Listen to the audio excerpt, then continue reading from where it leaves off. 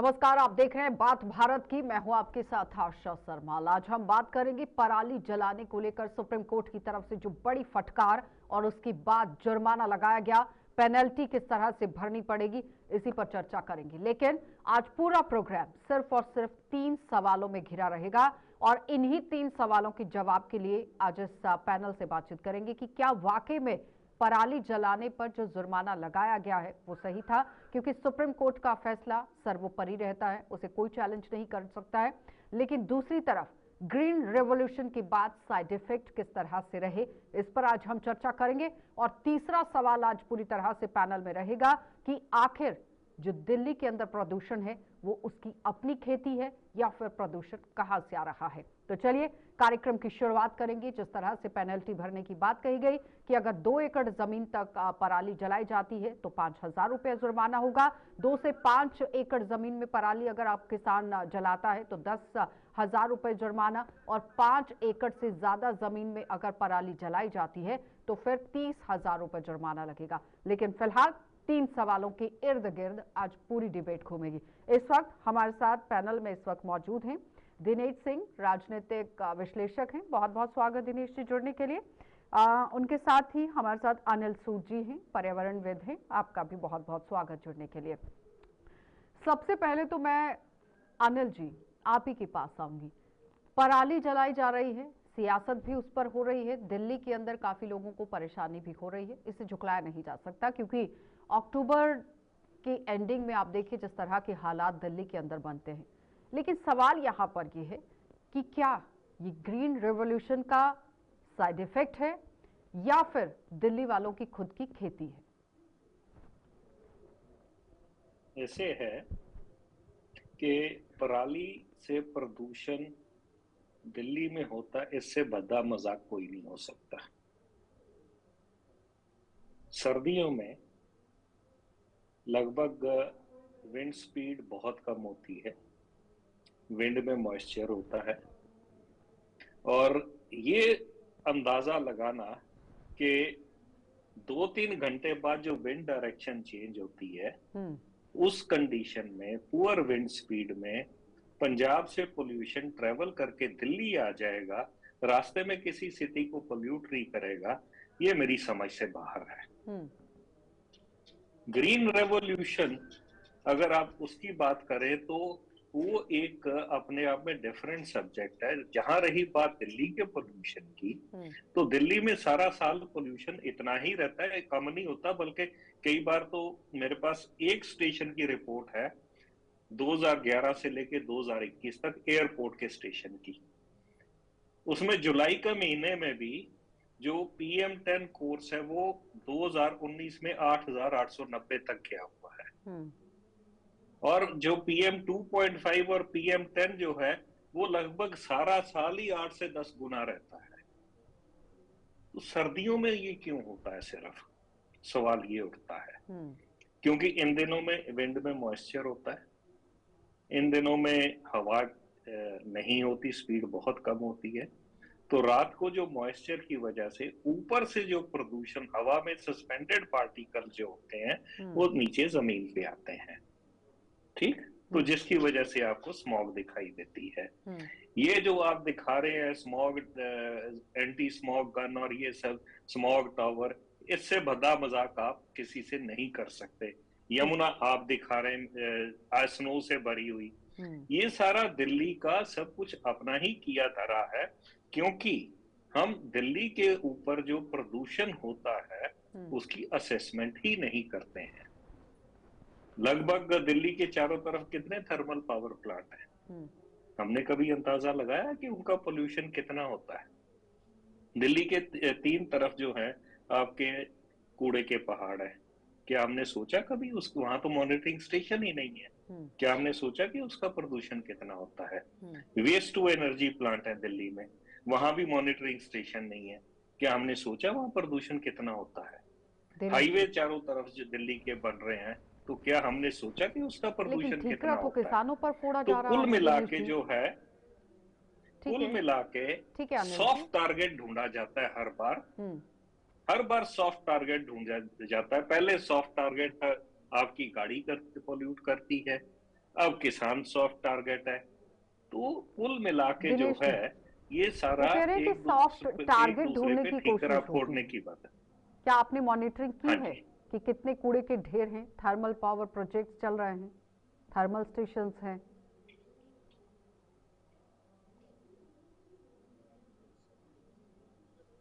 Unmute कर लीजिए दिनेश जी। जी सुन पा रही हैं? जी बोलिए।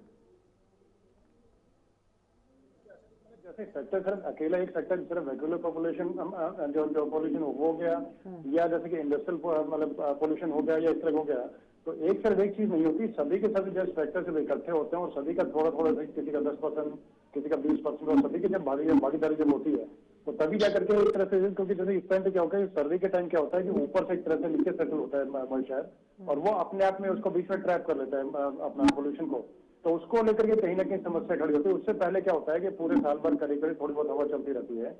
और दूसरा देखिए, पोल्यूशन का फैक्टर भी पूरी तरीके से ऐसा हम लोग नजरअंदाज नहीं कर सकते ऐसे भी, क्योंकि होता क्या है कि सितंबर के आसपास से पराली जलाने की घटनाएं जो है चलती रहती हैं। तो पराली जलाने की घटना जब सितंबर में शुरू होती है तो उस टाइम देखिए हवा होती है।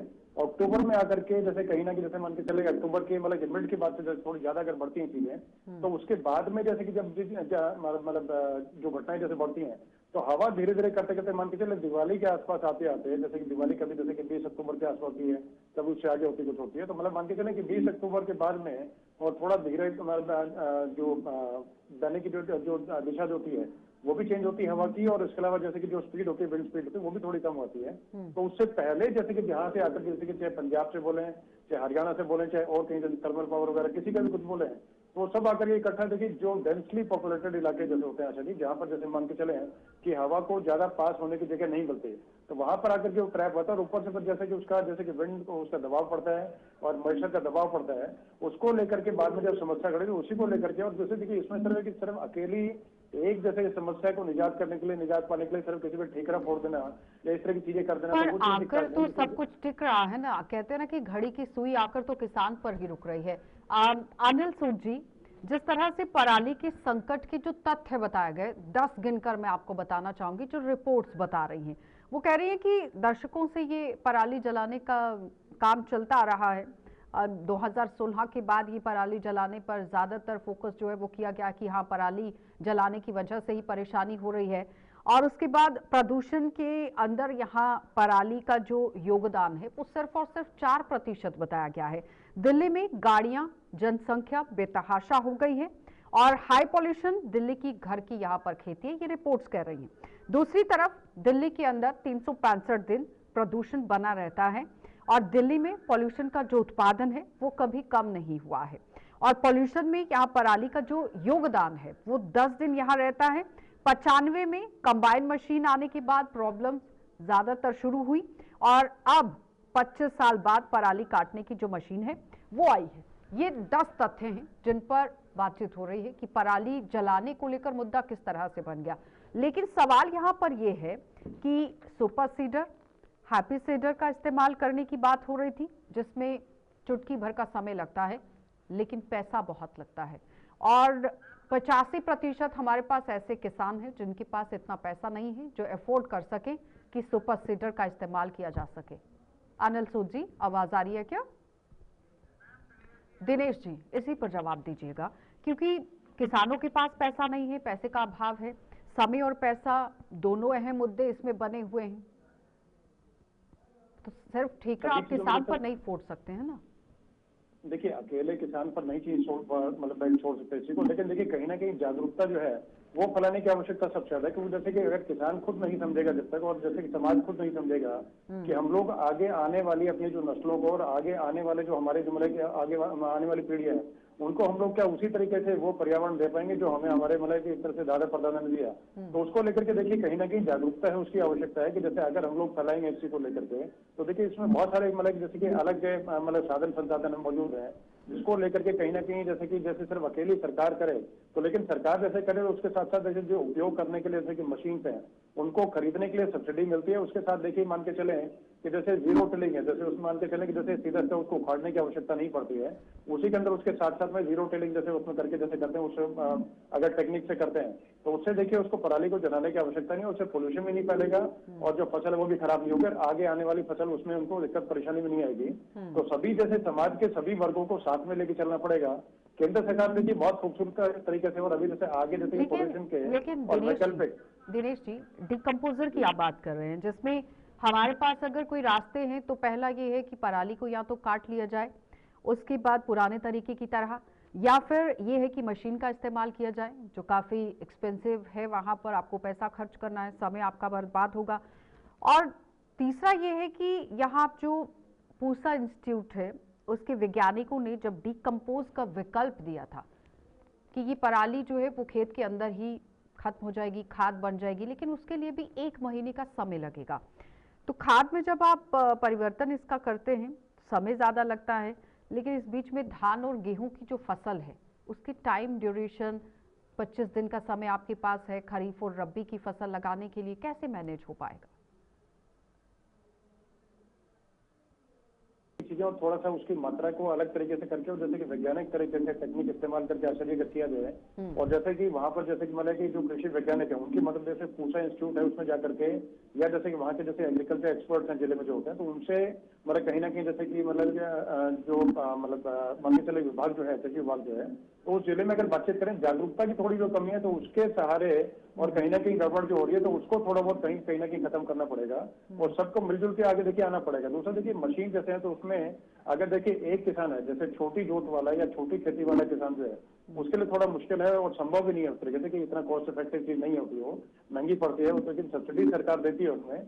तो उसमें ये क्या है कि कहीं ना कहीं जैसे गांव के, क्योंकि एक तरह से प्रचलन में इस तरीके से नहीं है, क्योंकि लोग जिस तरीके से ट्रेडिशनल जो पुराना तरीका उसी के सारे चलना चाहते हैं। लेकिन मैं मतलब इस तरह से गुजारिश ये करना चाहूंगा, और कई जगह हम लोगों ने किया भी बातचीत करके कहीं ना कहीं लोगों से मिलजुल के, कि उसमें कि जैसे गांव के जैसे कि 10-20 लोग मिलकर के ऐसे करके अपने कोऑपरेटिव बना करके, या 50-100 मिलकर के, जितनी जैसे कि जिस तरह की क्षमता हो, तो वो मिलकर के कोऑपरेटिव बना करके और ये साधन संसाधन जो है ले सकते हैं और आपस अपनी खेती में यूज करते हैं। और ये बहुत तरीके से बहुत जगह बहुत कामयाब रहे थे, जैसे नॉर्थ ईस्ट में खासकर कई जगह जैसे कि मान के चले कि ये बहुत ज्यादा कामयाब रहा है।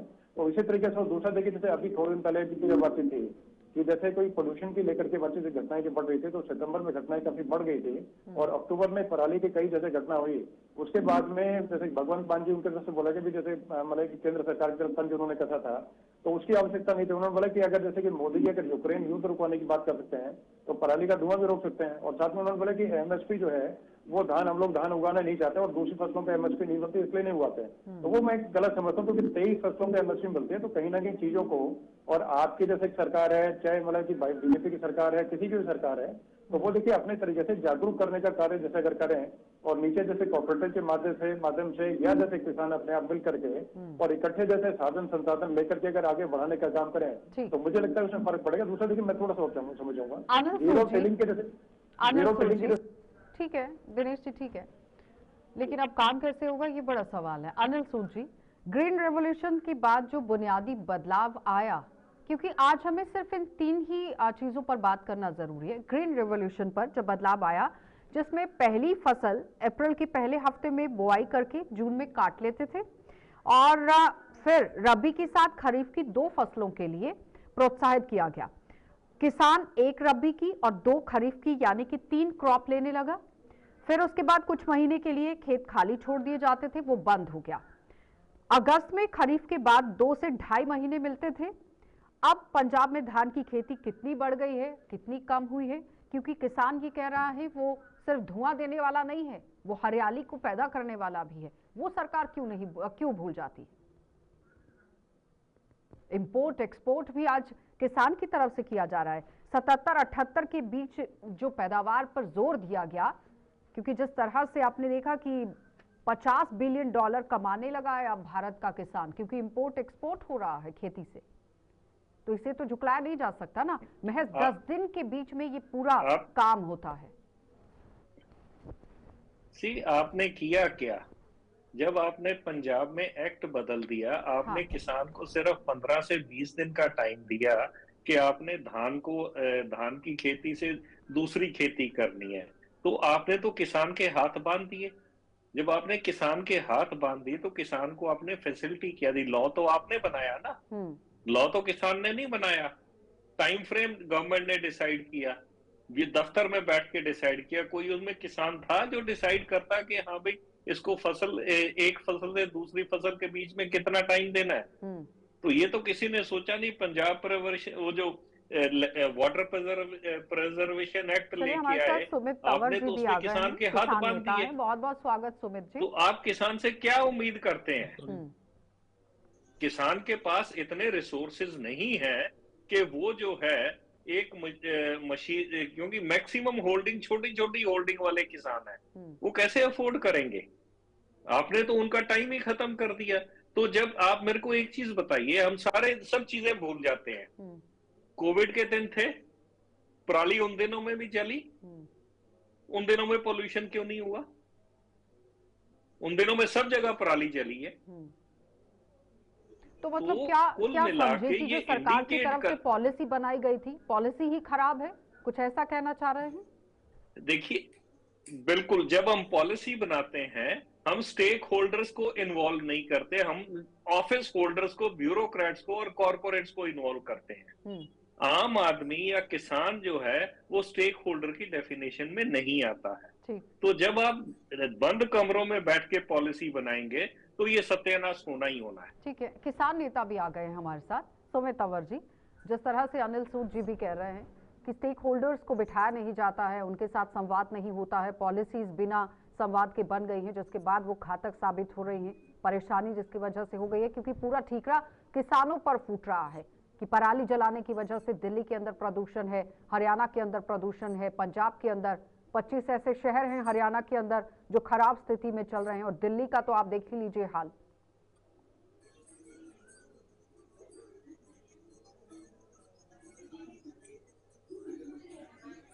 अभी जो हमारे साथी कह रहे थे, हाँ, पहले तो मेरा सभी देशवासियों को नमस्कार। आज छठ पूजा है, सभी देशवासियों को छठ पूजा की बहुत बहुत हार्दिक शुभकामनाएं, बधाई।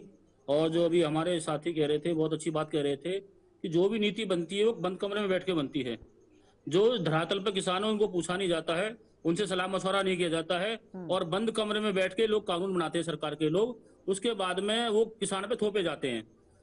अगर वो सही तरीके से कानून बनाए, किसान को साथ लेके नीति बनाए, किसान आयोग का गठन करके किसानों के साथ बैठकर अगर चर्चा करके कोई अच्छे कानून बने तो उससे किसान का भी भला होगा, देश की भी उन्नति होगी। और ये लोग जो सरकार में बैठे हैं, ये बिना किसान के पूछे, बिना सहमति से, बिना उस नॉलेज के वहां पे बंद कमरे में कानून बनाते हैं। उसका नुकसान सरकार को भी होता है, किसान को भी होता है, मजदूर को भी होता है।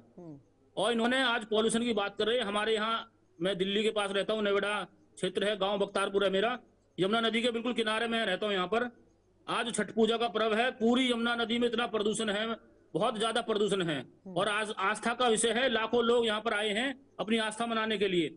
आज यमुना नदी की स्थिति देखें तो उसमें इतना प्रदूषण है। वो तो किसान ने नहीं किया, वो तो किसान की पराली से नहीं हुआ यमुना का प्रदूषण, वो किससे हुआ वो बताओ हमें आज सरकार के लोग। ये जो बैठ के बंद कमरों में छोटे अपने आप ही पॉलिसी बना लेते हैं। कम से कम किसान से बैठ के किसान आयोग का गठन हो, किसानों की बात मानी जावे, किसानों के साथ बैठकर चर्चा हो। आज यमुना की स्थिति क्या है बताओ हमें। प्रदूषण है कि एक हवा बना दिया गया है, क्योंकि यमुना के अंदर भी प्रदूषण है, सही बोल रहे हैं।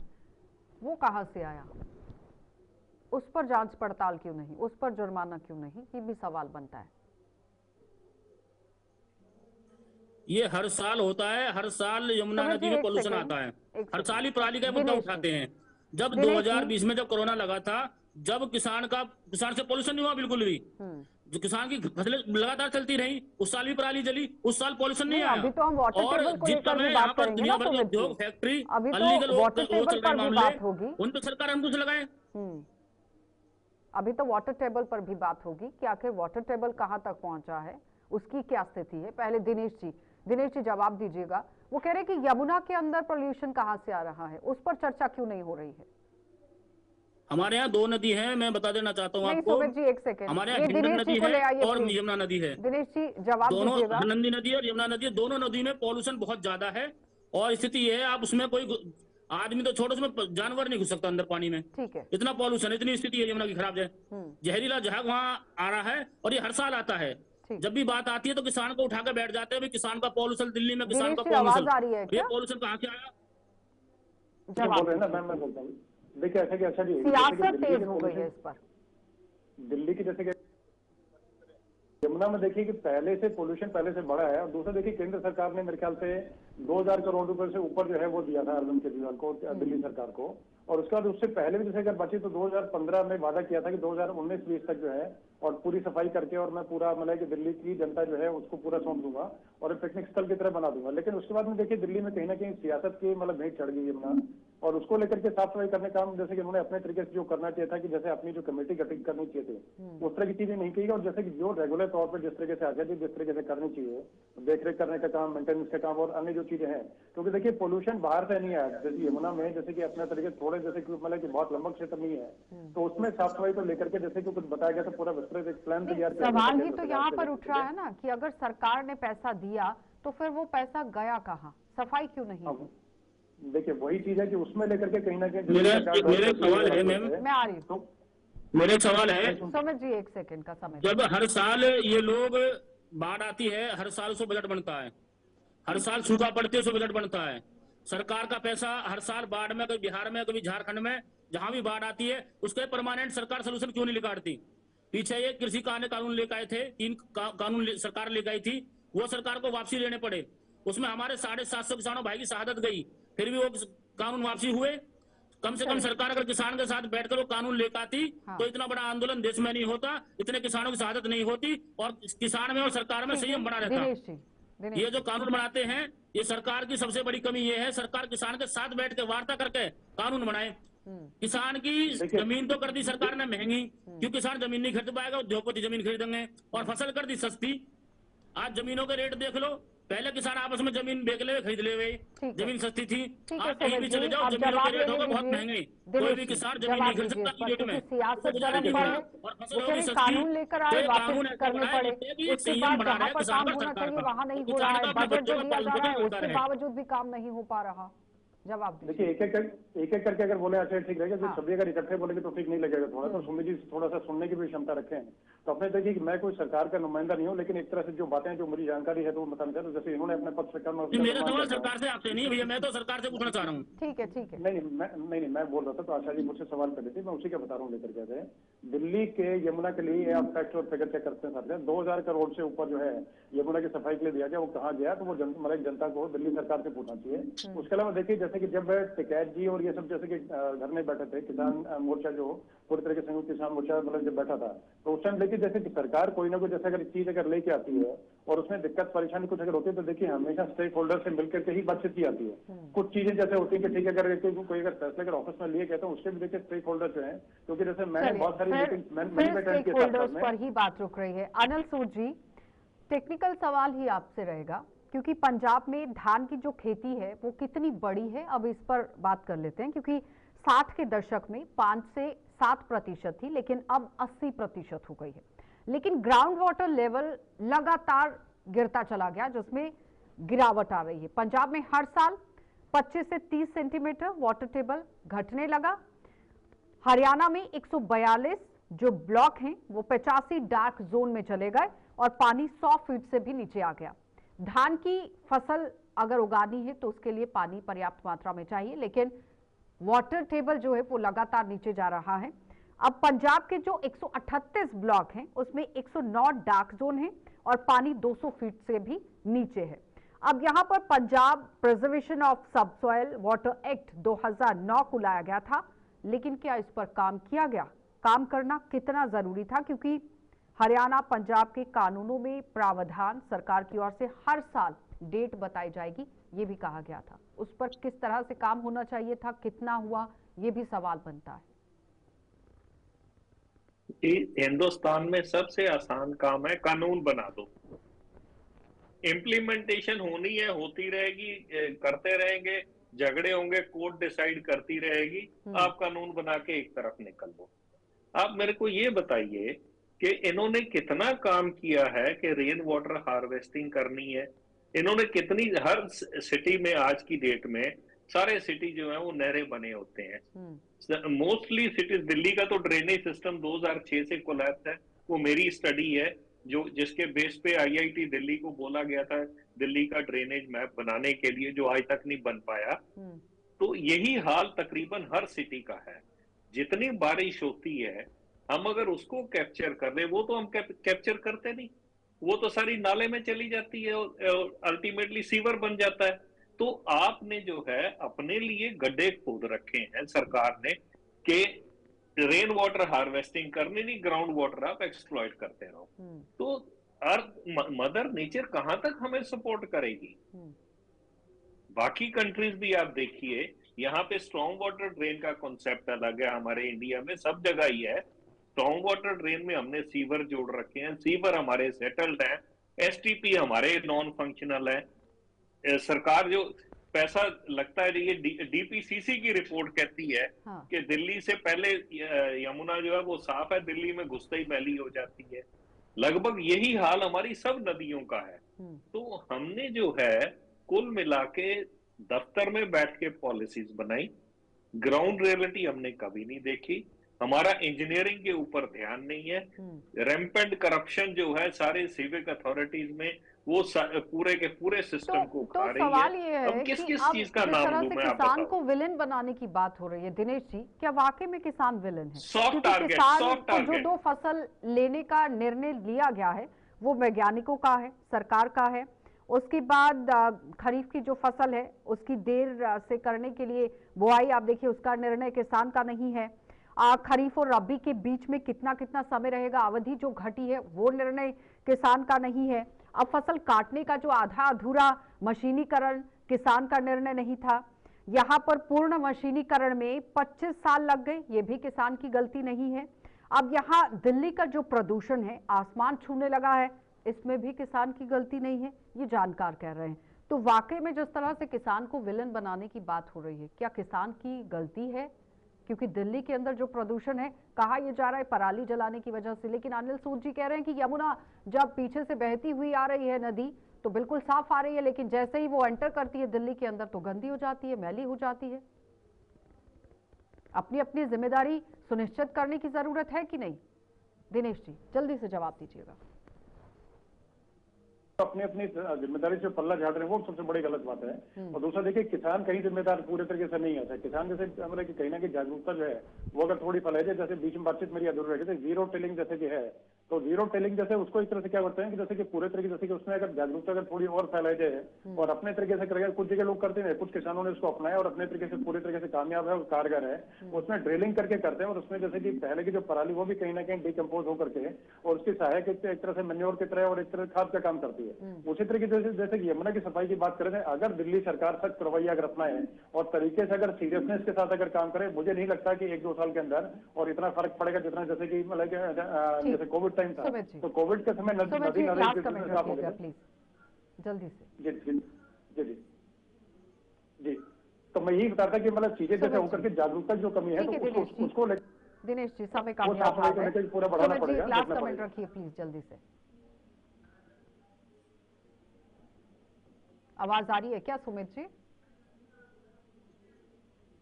चलिए फिलहाल बहुत बहुत धन्यवाद सुमित जी जुड़ने के लिए। अनिल जी आपका भी धन्यवाद, दिनेश जी आपका भी धन्यवाद। तो फिलहाल जिस तरह से पराली जलाने को लेकर जुर्माना लगाने की बात हुई है, पेनल्टी आपको भरनी पड़ेगी, लेकिन जानकार ये कहते हैं कि इसकी आप देखिए किसानों पर जिम्मेदारी नहीं डाली जा सकती है।